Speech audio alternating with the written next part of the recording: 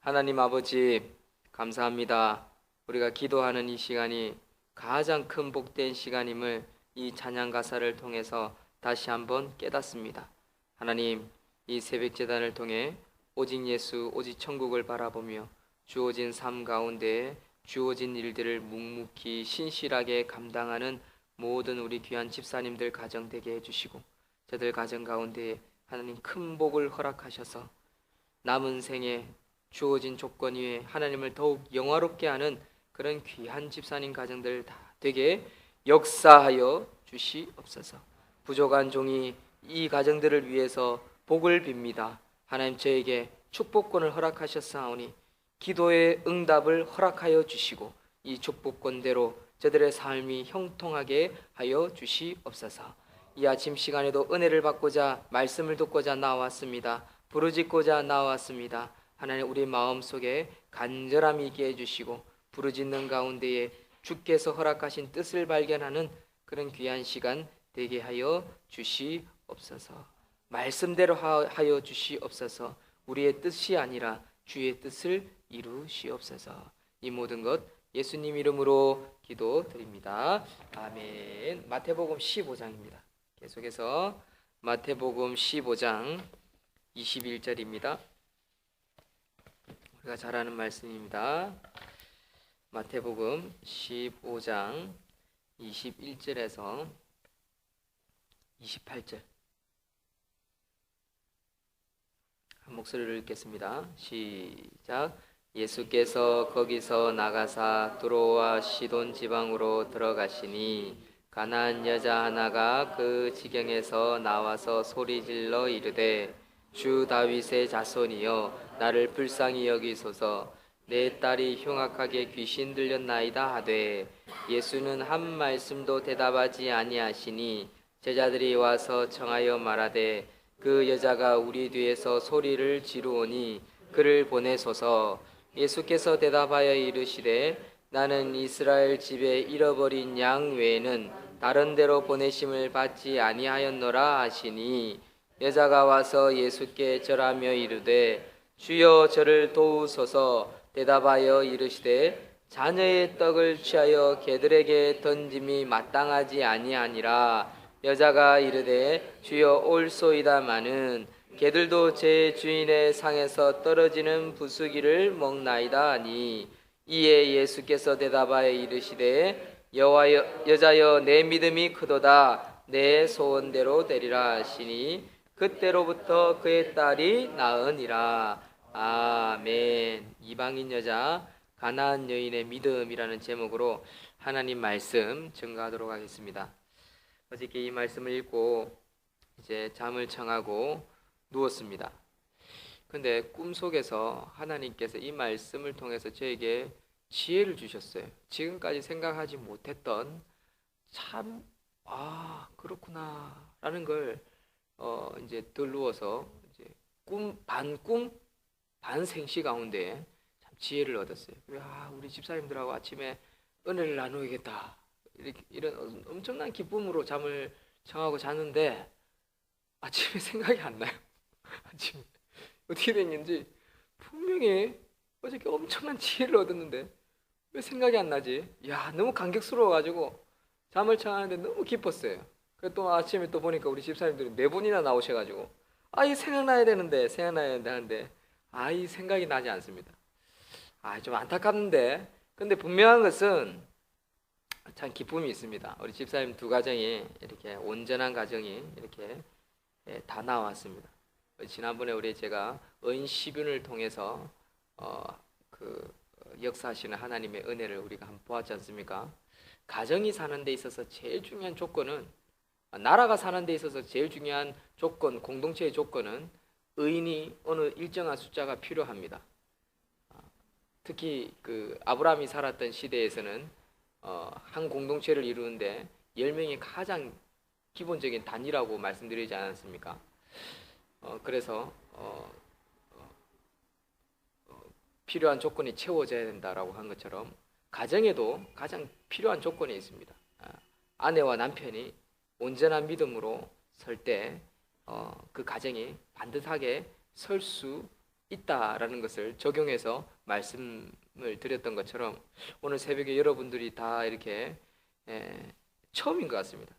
온전하게 이렇게 두 가정이 다 나오신 것은 처음인 것 같은데 저에게 참 기쁨이고 감사함이 있습니다.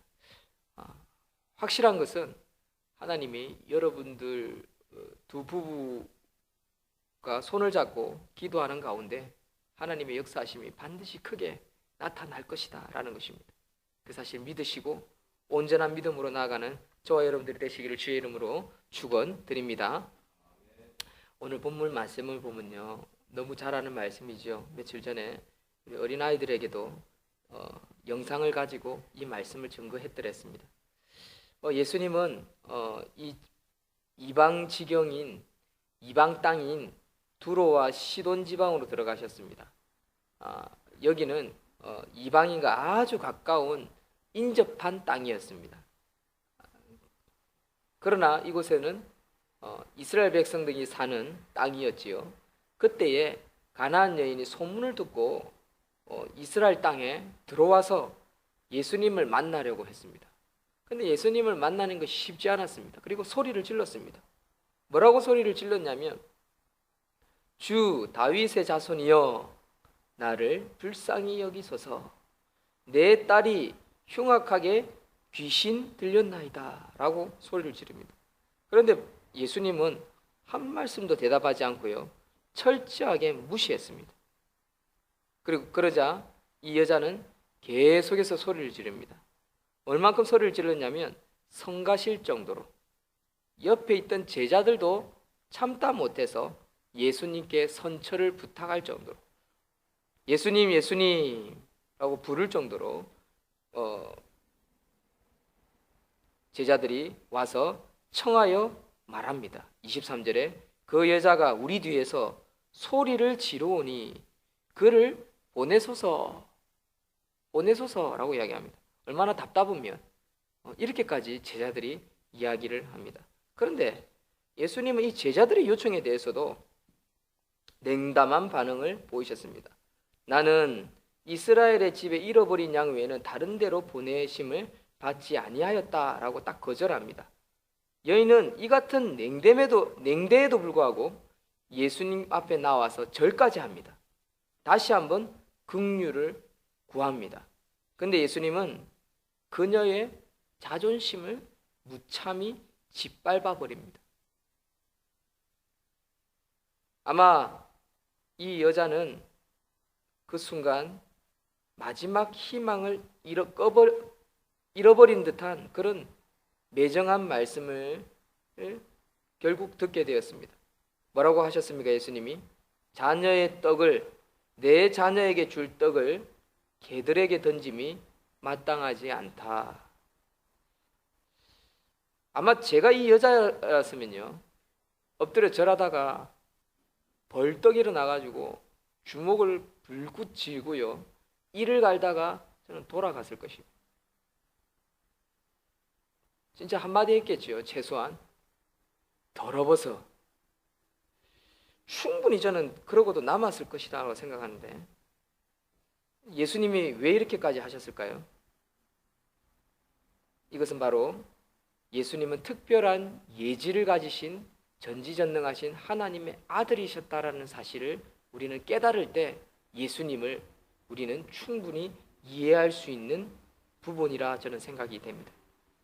예수님은요, 특별한 예지 가운데 그녀의 믿음을 성장시키기 위해서 하나의 테스트였다라는 것입니다. 사랑하는 성도 여러분, 기억하십시오. 예수님은요, 때로는 우리 기도에 전혀 반응을 보이지 않으실 때도 있습니다.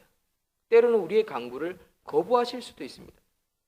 때로는 우리의 자아를 건드리고요, 자존심을 무참히 짓밟아 버릴 수도 있습니다. 심지어 때로는 우리가 아무것도 잘못한 것이 없는데 하나님이 진노하시고요, 분노를 나에게 퍼부으시는 것만 같은 그런 느낌을 받을 때도 있습니다. 그러나 우리는 예수님께서 더 좋은 것을, 더 귀한 것을, 우리에게 더 큰 진리를 깨닫게 하기 위하신 하나님의 연단, 하나님의 방법, 예수님의 방법이라는 사실을 간파할 수 있는 깨달을 수 있는, 그리고 그 엎드려서 일어나지 않는 가나안 여인과 같은 믿음을 가진 저와 여러분들이 되시기를 주의 이름으로 축원드립니다. 그렇다면 어떻게 하면 마지막에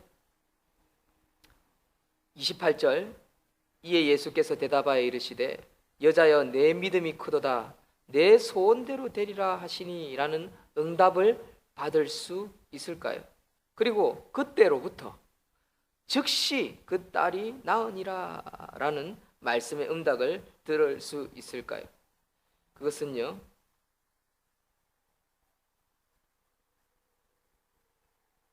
우리의 자존심을 내려놓는 것입니다. 우리의 자존심을 예수님 앞에서는 생각지 않는 것입니다. 가나안 여인은 자존심을 건드리는 예수님 말씀 앞에 물러서지 않았습니다. 엎드린 채로 일어나지 않았습니다. 그리고 그 같은 거절 속에서도 은밀한 허락을 붙들 수 있었습니다. 그녀는 이렇게 대답합니다. 주여, 옳소이다마는 개들도 제 주인의 상에서 떨어지는 부스러기를 먹나이다 라고 27절에 대답합니다. 야, 이거 엄청난 지혜죠. 지혜지 않습니까? 예수님 앞에 개도 먹습니다. 그 주인의 떨어지는 부스러기를 개도 얻어먹습니다. 어떻게 이렇게 말할 수 있을까요? 어떻게 이런 고백이 나올 수 있을까요? 어떻게 이런 지혜가 있을 수 있을까요? 그것은 뭐냐? 자존심이 있으면요, 이런 생각 떠오르지 않습니다. 더러워서 이런 생각이 먼저 나오지요. 자존심이 남아있으면요. 그러나 자존심을 버렸기 때문에 그런 고백, 그런 말이 나오는 것이 아니라, 그런 생각이 먼저 떠오르는 것이 아니라 지혜가 나왔다는 것입니다. 맞습니다. 개들도 주인 앞에 떨어지는 부스러기는 얻어먹습니다. 그 부스러기도 주십시오. 저 개입니다 라고 답변하고 있더라는 것입니다. 사랑하는 성도 여러분, 이 한마디는요, 예수님의 마음을 아주 시원하게 해주는 대답이었습니다. 하나님의 마음을 아주 기쁘게 해드리는 거였습니다. 하나님은요, 이 여자의 고백에 대해서 여자여 내 믿음이 크도다 하면서, 아마 우리가 이 상황을 보지는 못했지만 제자들이 다 있는 데서 수많은 사람들이 예수님을 쫓고 있는 상황이 있지 않습니까? 그리고 거의 대부분이 다 믿는 사람들이었습니다. 자기 혼자 이방인이었을 거예요. 어쩌면 이방인 몇 명 안 됐을 거예요. 아니면 이방인이 있었다면 저 멀찌감치요 멀리 떨어져서 구경하고 있었을 거예요.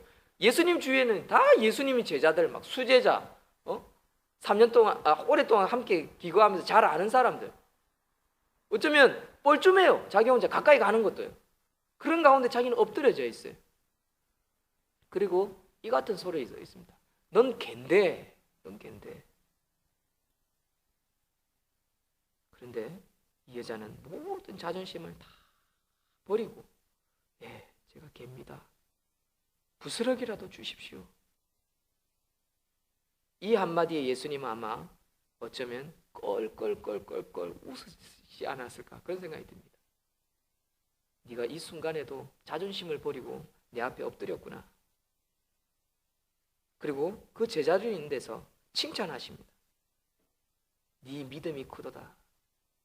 사랑하는 성도 여러분, 성경에 네 믿음이 크도다라는 말이 몇 번 나온지 압니까? 예수님이 몇 번 칭찬하시는 줄 아십니까? 딱 2번입니다. 백부장의 믿음과 이 여인의 믿음입니다. 성경에 단 2번밖에 나오지 않습니다. 그녀는 이 시험을 이김으로 말미암아 이 시간 이후로 치유함을 받는 기도 응답을 받았을 뿐만 아니라 정금 같은 믿음을 소유하게 되었다라는 것입니다. 여러분, 이 여인처럼 놀라운 믿음의 승리를 가져올 수 있는 저와 여러분들이 되시기를 축원드립니다. 때로는 우리는 살아가다 보면요, 하나님이 여러 가지로 테스트하십니다. 생각지 못하고 또 생각했던 것보다 더 독하게 채찍질 맞을 수도 있습니다. 넘어질 수도 있습니다. 쓰러질 수도 있습니다. 그러나 예수님의 선하심에 대한 굳건한 믿음을 가졌던 이 가나안 여인의 신실한 믿음 때문에, 또 자기 자신의 하나밖에 없는 불쌍한 딸을 향한 애타는 사랑 때문에 그녀는 견뎠고, 결국 이 여인의 기도는 오늘날 많은 믿는 자들에게, 제자들에게 믿음과 사랑과 인내와 겸손, 그리고 자존심을 버리는 모범을 보여줄 수 있었던 것입니다. 사랑하는 성도 여러분, 여러분들이 또한 이 교회에 이런 여인의 믿음과 같이 본을 보여줄 수 있는 성도님들, 집사님들이 다 되기를 소망합니다. 장로가 되시고요, 권사님들이 되실 수 있기를 소망합니다. 그러기 위해서는 우리가 넘어야 할 시험들이 많습니다. 건너야 할 강이 많습니다. 넘어야 할 어떤 예수님의 테스트들이 분명히 있을 것입니다. 그런 것들이 어떤 것이든지 간에 자존심을 버리고요, 일어설 수 있는, 때로는 이 마귀야, 이 마귀 새끼야, 내 뒤로 물러가라 라고 예수님이 베드로에게 말씀하신 그런 욕을 들을지라도 이겨낼 수 있는 저와 여러분들이 되시기를 주의 이름으로 축원드립니다. 기도합니다.